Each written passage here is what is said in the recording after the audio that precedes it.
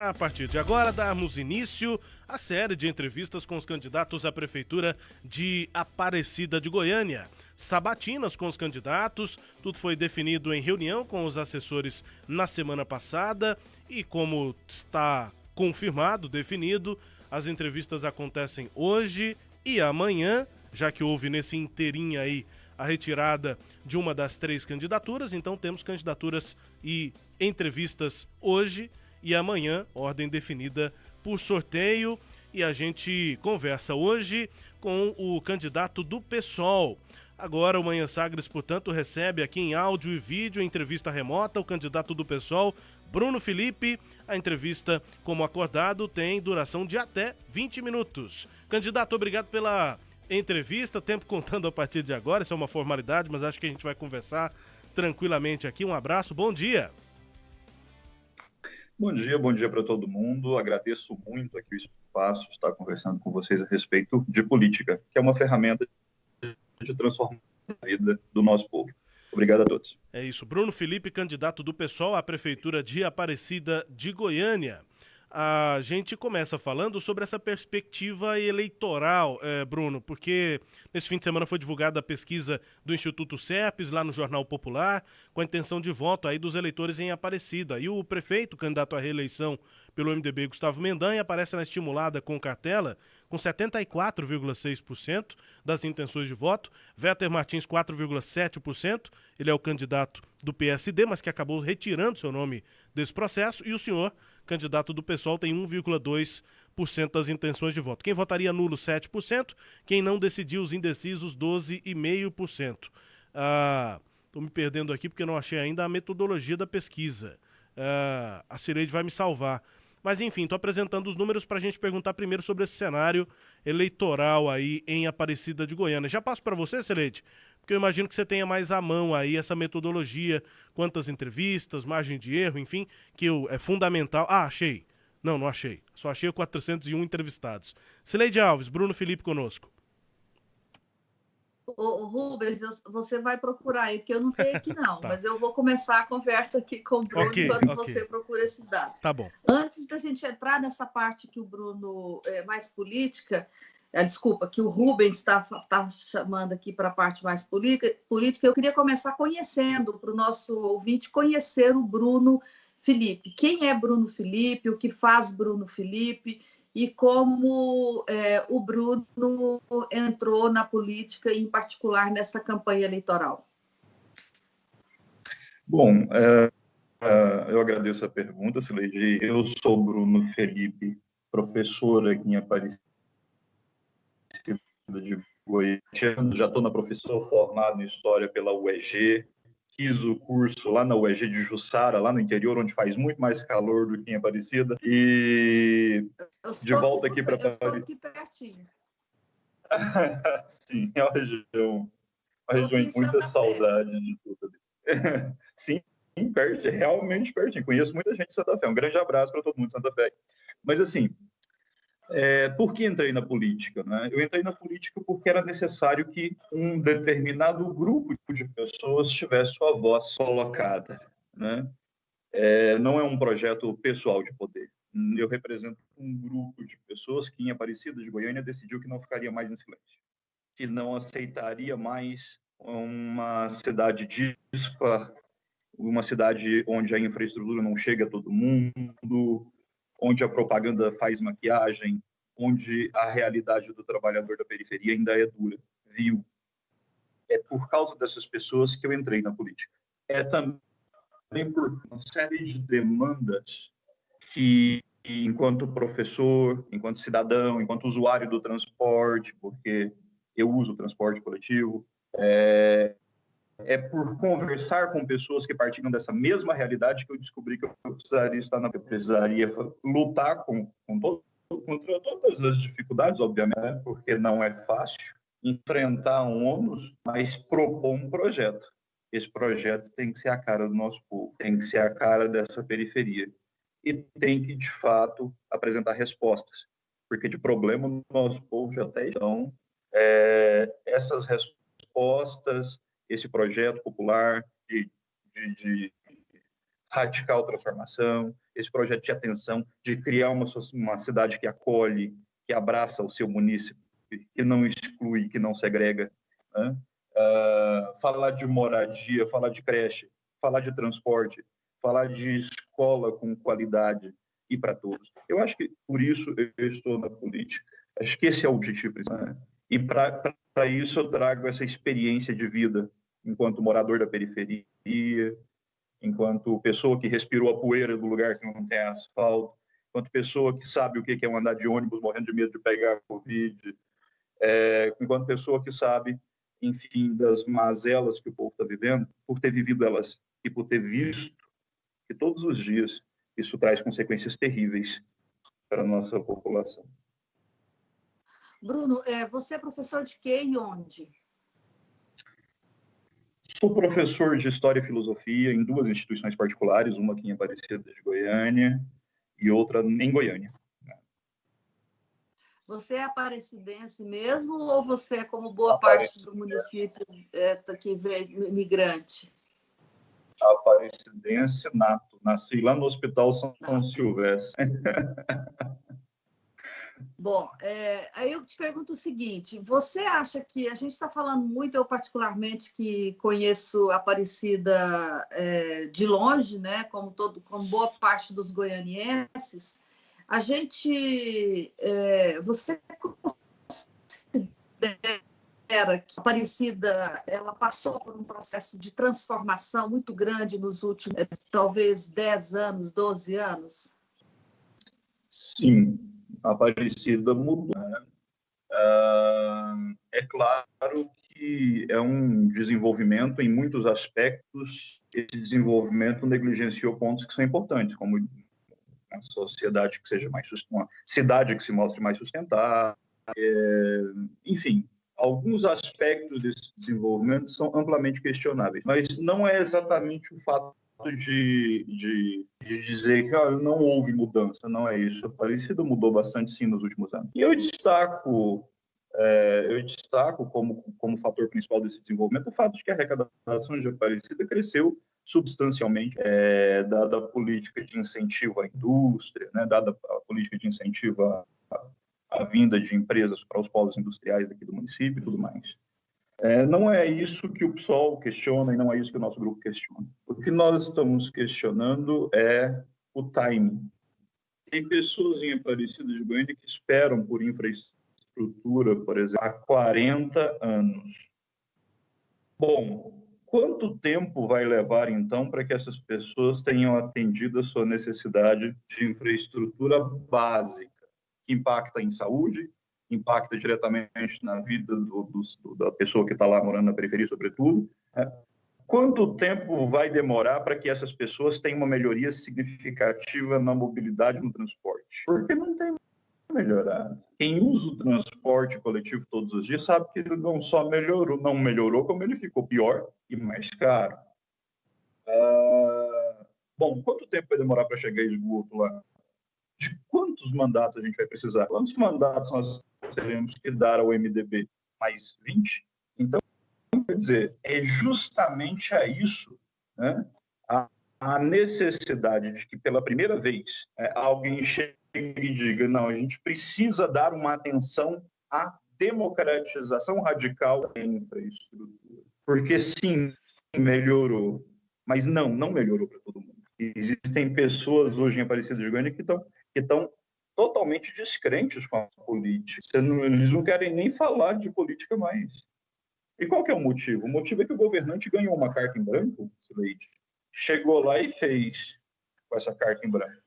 E só convoca a população de 4 em 4 anos para renovar o compromisso. Nós do PSOL acreditamos que não deve ser assim. Nós do PSOL queremos governar ouvindo o povo em todos os momentos do mandato, implementando um orçamento participativo, né? Um modelo de participação permanente, onde o cidadão possa propor o tempo todo quais são as mudanças que ele quer. Essa é uma das ferramentas que a gente traz para democratizar radicalmente, não só a infraestrutura, mas resolver problemas pontuais, como o da educação, das creches que faltam. Tem mãe sem creche em Aparecida de Goiânia. O que a política fala para essa mãe? que as coisas estão melhorando. Ela não vê. Por quê? Porque, na realidade dela, ela precisa deixar o filho em algum lugar para trabalhar. E não tem. E como não tem, ela suporta muito difícil. Às vezes, Bruno, a renda que ela ganha trabalhando vai toda para pagar alguém. Sim.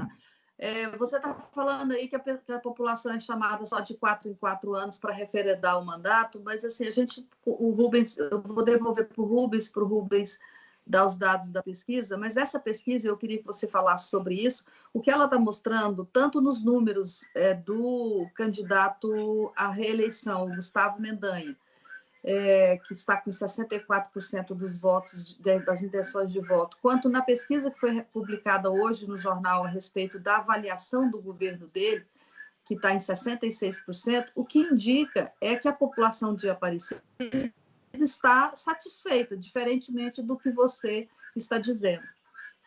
Ou pelo menos a maioria. Né? Claro só para confirmar os dados, então, Sileide, são números da pesquisa do Instituto CERPES, divulgados nesse fim de semana e hoje também, né, pelo Jornal Popular. O CERPES ouviu 401 eleitores em Aparecida. A margem de erro da pesquisa é de 4,9 pontos percentuais, para mais ou para menos.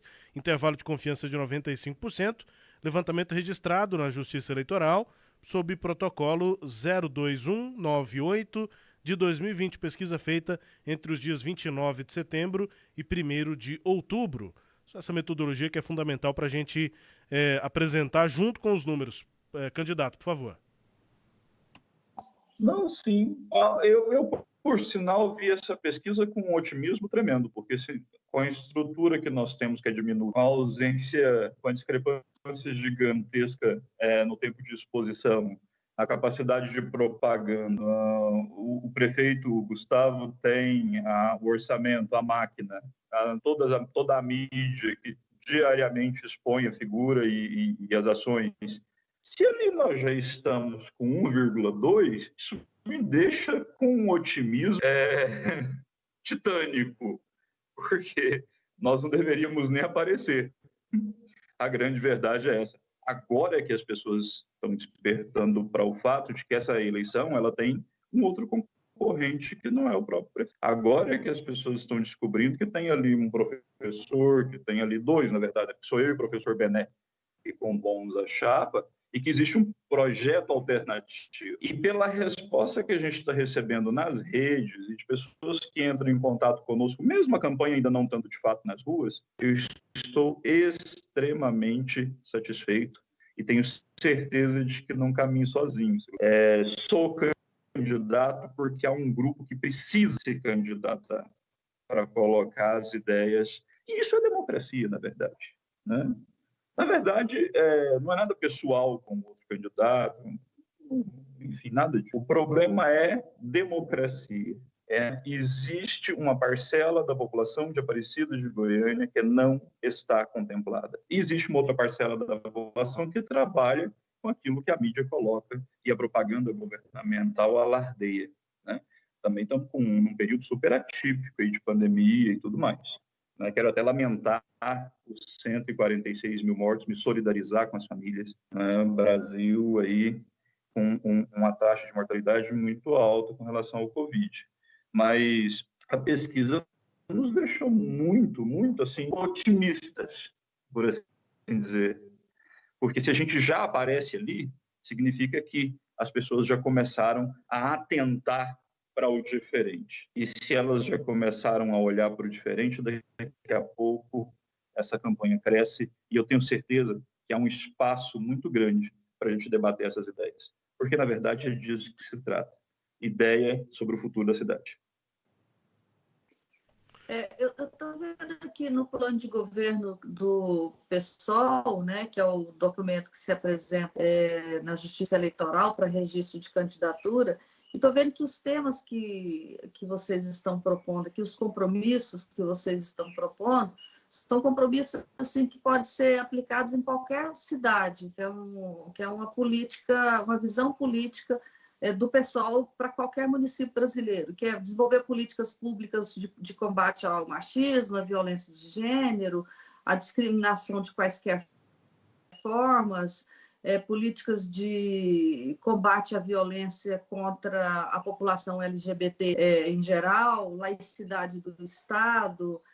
Isso não é tema muito genérico para um plano de governo, candidato? Claro que não. Falar de combater preconceito é falar da vida das pessoas, não é? Só quem sofre na pele preconceito de cor, de gênero, de tudo isso, que, de fato, consegue dizer o quanto se impacta a sua vida você não conseguir arranjar emprego, você não ter uma política pública que te atenda nas suas necessidades específicas, porque o objetivo é a equidade, a igualdade, mas a gente deve tratar os diferentes em suas especificidades, obviamente atendê-los assim, e o PSOL, em qualquer lugar que apresenta um programa de governo, traz isso como norte, porque, na verdade, está inscrito no nosso programa, e essa é uma das grandes características no nosso estatuto, e isso é uma das grandes características do PSOL. Quem vota no PSOL não dá cheque em branco para o PSOL, porque o PSOL defende aquilo que prega, e quando eleito, tenta realizar justamente sem promover nenhum tipo de estelionato eleitoral com o seu eleitor. Então, quem vota no professor Bruno Felipe não assina cheque em branco. Eu pergunto se isso não é óbvio. Eu não pergunto se isso é óbvio. Isso, inclusive, está na Constituição. Quer dizer, para que fazer um plano de governo dizendo essas coisas que é o mínimo que o poder público tem que fazer? Ou seja, como poder público, ele tem que fazer uma gestão que faça essas ações. É a mesma coisa você dizer que vai fazer uma segurança pública para impedir que haja crimes. Sim, esse é o papel das instituições, não? Sim, o papel da segurança pública é impedir que haja crimes e, claro, auxiliar a população a ter uma harmonia específica. Enfim, quanto a isso não há discordância. Agora, o fato de que isso esteja escrito diz respeito ao fato de que a gente reassume um compromisso assumindo que existem falhas e destacando. A partir de aqui será diferente. A gente faz questão de escrever no nosso programa. A gente faz questão de dizer, olha, a segurança pública é questão de educação também, é questão de democratizar a infraestrutura também, é questão de levar creche, é questão de levar saneamento, é questão de levar asfalto, é questão de dar condições para que a população ocupe as ruas. Né? Porque discurso fácil e óbvio é você sair por aí repetindo as frases de efeito. Né? Agora, o programa do PSOL, ele é um programa que tem a atenção de dizer para a população que ela vai poder participar. Isso está escrito ali. Inclusive, explica como é que essa população vai participar em todos os momentos do mandato. A gente vai fazer isso de maneira bastante radical. Né? O programa do PSOL, ele diz que é dever do poder público criar políticas que promovam uma cidade mais igualitária. Isso é óbvio? É. Mas quando você não tem uma cidade mais igualitária, isso é necessário. Né? Quando há uma discrepância enorme, quando o poder público atropela os barracos de uma população vulnerável em plena pandemia, né? Isso está na mídia para todo mundo ver, está nas redes sociais para todo mundo ver. Você não tem que escrever isso no plano, porque as pessoas estão olhando para a política e dizendo assim: a política não resolve meu problema, a política não me abarca. A política não é o lugar onde a gente... Por quê? Porque o político promete uma coisa e cumpre outra. A gente escreveu no plano para que depois as pessoas possam ver que o compromisso que o PSOL assumiu, ele cumpriu. Né? Candidato. E que a gente possa ser julgado pela nossa história e pelo escrito. Porque a nossa palavra ela tem que valer sim, pois não. Candidato Bruno Felipe é candidato do PSOL em Aparecida de Goiânia. Só para encerrar, nosso tempo está acabando.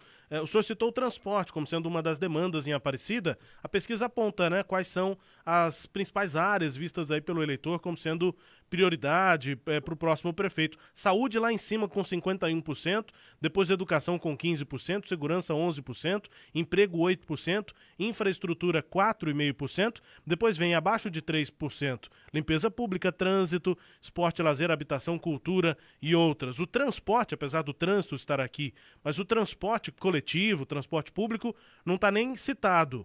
Não quer dizer que o senhor está meio desconectado do que é de fato necessidade. O senhor, por exemplo, não falou de saúde na entrevista ainda no meio de uma pandemia. O senhor falou da própria pandemia, mas não sobre propostas nessa área, candidato. Não, eu falei do que eu fui perguntado. Mas, assim, até por uma questão de tempo, né? E agradeço muito o tempo e o espaço, porque isso é fundamental para a democracia, não é uma crítica a vocês. Mas, assim, a questão do transporte, por que eu falo da questão do transporte? Porque nas nossas conversas lá na periferia com as pessoas, e mesmo em tempo de pandemia, foi super difícil realizar esse papo, a gente teve que transferir para a esfera online e tudo mais, mas nas nossas conversas com as pessoas, e aí a gente conversa diretamente com elas, uma das coisas que mais se cita é o transporte. Inclusive, isso tem a ver com pandemia, porque ali no início da pandemia, quando estavam dizendo para as pessoas, fique em casa, né? Fique em casa, a não ser que você tenha que trabalhar. O que a população que tinha que trabalhar viu ocorrer, né?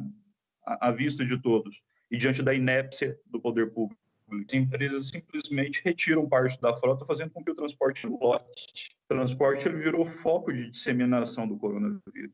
O que eu quero dar a entender para as pessoas é que, sem pensar áreas básicas que impactam a vida do povo trabalhador, a gente não muda a realidade da cidade. Falar de saúde isoladamente e não falar de transporte, talvez não resolva num contexto de pandemia. É essa a ideia que eu quis passar no plano. Né? Ou nós do PSOL que queríamos dar a entender nesse plano de administração, que não adianta falar de progresso material e econômico se a gente não falar de combate aos preconceitos. E que não adianta a gente falar de asfalto se a gente não falar de distribuir renda, de ocupar a cidade com a população para coibir a violência. Então, são áreas que se integram. Agora, simplesmente tecer frases genéricas sobre investimento à saúde, isso não farei.